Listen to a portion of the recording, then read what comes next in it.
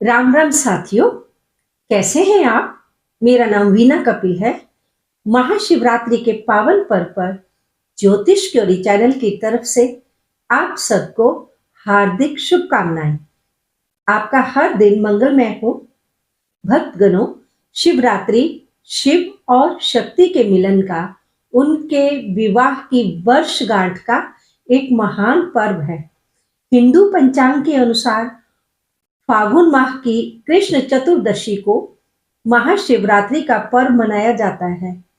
दक्षिण भारत तथा उत्तर भारत में महाशिवरात्रि का पर्व वैसे तो एक ही दिन मनाया जाता है, किंतु दोनों स्थानों के कैलेंडरों में महीनों के नामों में 15 दिन का हमेशा अंतर रहता है। शिवरात्रि दोनों ही स्थान पर एक ही दिन एक ही तिथि को मनाई जाएगी, केवल महीनों के नाम में ही अंतर रहेगा। प्यारे भक्तगणों, महाशिवरात्रि का दिन भगवान शिव का प्रकाट्य दिवस है।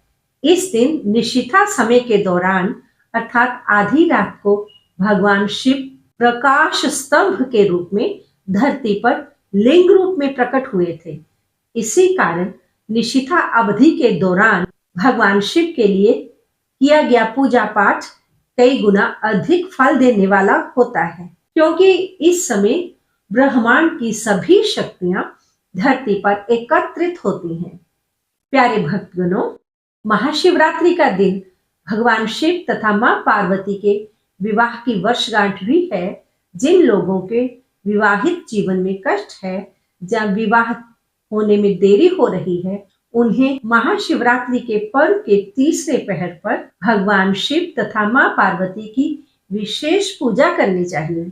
भगवान भोलेनाथ को भांग, धतूरा, बेलपत्र तथा गंगाजल बहुत प्रिय हैं, किंतु ध्यान रहे बेलपत्र कहीं से भी कटाफटा नहीं होना चाहिए। आप एक ही बेलपत्र को धोकर दोबारा भी, जहां तक कि कई बार भी चढ़ा सकते हैं। एक बेलपत्र में डंडी के साथ 3 पत्ते लगे होते हैं, एक सामने तथा 2 अगल बगल। चिकनी साइड के ऊपर हर पत्ते पर सफेद चंदन से राम लिखकर चिकनी साइड की तरफ से ही शिवलिंग के ऊपर आप रखते जाइए। ऐसा आप 108 बार करें। यदि किसी कारणवश आपके पास ज्यादा बेलपत्र नहीं है तो कोई बात नहीं, आप पहले बेलपत्रों को ही धोकर 108 बार प्रयोग कर सकते हैं। साथियों, यदि जानकारी महत्वपूर्ण लगे तो कृपया वीडियो को लाइक और शेयर अवश्य करिएगा। यदि आप चैनल पर आज पहली बार आए हैं तो चैनल को सब्सक्राइब कर लें और बेल आइकन को दबाना बिल्कुल ना भूलें, ताकि हर वीडियो आपको समय रहते मिलती रहे। अब हम जानेंगे कि महाशिवरात्रि की पूजा विधि क्या है। भक्तगणों, शिवरात्रि से एक दिन पूर्व त्रयोदशी के दिन केवल एक समय ही भोजन करना चाहिए। अब चतुर्दशी वाले दिन सूर्य उदय से पहले स्नान इत्यादि नित्य कर्म करने के पश्चात व्रतधारी को पूरे दिन के व्रत का संकल्प लेना चाहिए, क्योंकि व्रत काफी कठिन होता है। इसलिए आपको भगवान शिव से व्रत को निर्विघ्न रूप से पूर्ण करने हेतु आशीर्वाद अवश्य ही मांगना चाहिए। इसके पश्चात शिव मंदिर जाकर भगवान भोलेनाथ तथा मां पार्वती की संयुक्त रूप से पूजा करनी चाहिए तथा गाय का घी, दही, दूध, शहद और गंगा जल से मिला पंचामृत लेकर रुद्र अभिषेक करना चाहिए। पीले फूल, बेलपत्र, भांग, धतूरा चढ़ाना चाहिए। माता पार्वती के लिए श्रृंगार की सामग्री तथा लाल फूल चढ़ाने चाहिए तथा लगातार आपको ओम गौरी शंकराय नमः, ओम गौरी शंकराय नमः का जाप करते रहना चाहिए। बेर तथा अन्य ऋतु फल चढ़ाने चाहिए तथा सफेद मिठाई या खीर का भोग लगा सकते हैं। अपने शारीरिक सामर्थ्य के अनुसार आप स्वयं पूरा दिन निराहार रहें या फिर आप चाहे तो फलाहार भी ले सकते हैं। व्रत का पार अर्थात समापन अगले दिन सूर्य उदय होने के बाद ही करें।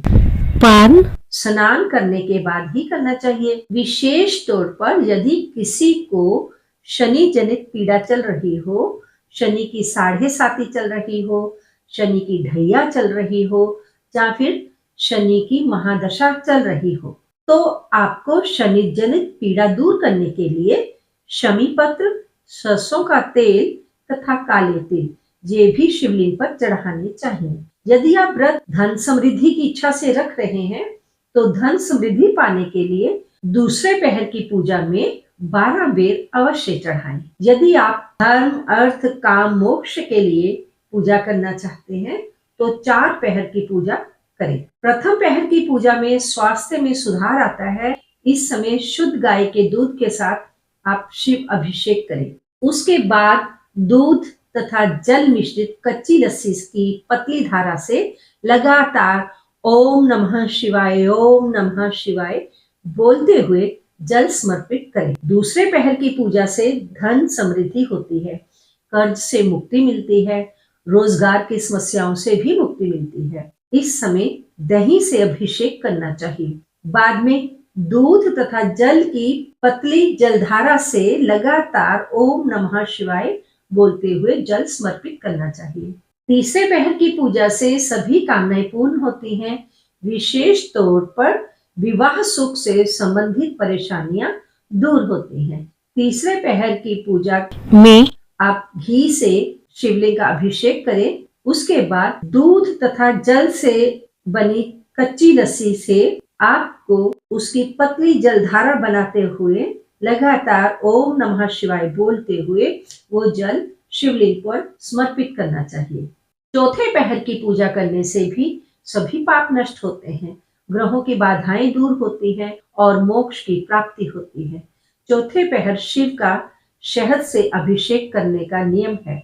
उसके बाद दूध तथा जल की बनी हुई कच्ची लस्सी से आप उसकी पतली धारा बनाते हुए ओम नमः शिवाय का उच्चारण करते हुए जल को धीरे धीरे समर्पित करते रहें। शिव की रात्रि पूजा ज्यादा फलदायी होती है। महाशिवरात्रि के पर्व पर भगवान शिव तथा मां पार्वती जी की पूजा पाठ विशेष तौर पर निशीथा काल में करने से अनेक पापों से मुक्ति मिलती है। निशीथा काल अर्धरात्रि के समय आता है। इस बार प्रथम पहर की पूजा का समय 26 फरवरी की शाम को 6:24 से लेकर रात्रि 9:32 तक रहने वाला है। आप शिव अभिषेक दूध से करें। दूसरे पहर की पूजा का समय रात्रि 9:32 से लेकर 12:40 तक रहेगा।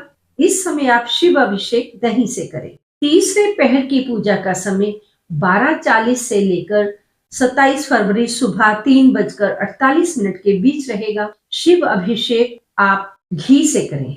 चतुर्थ पहर की पूजा का समय सुबह 3:48 से सुबह 6:57 अर्थात 27 फरवरी को है।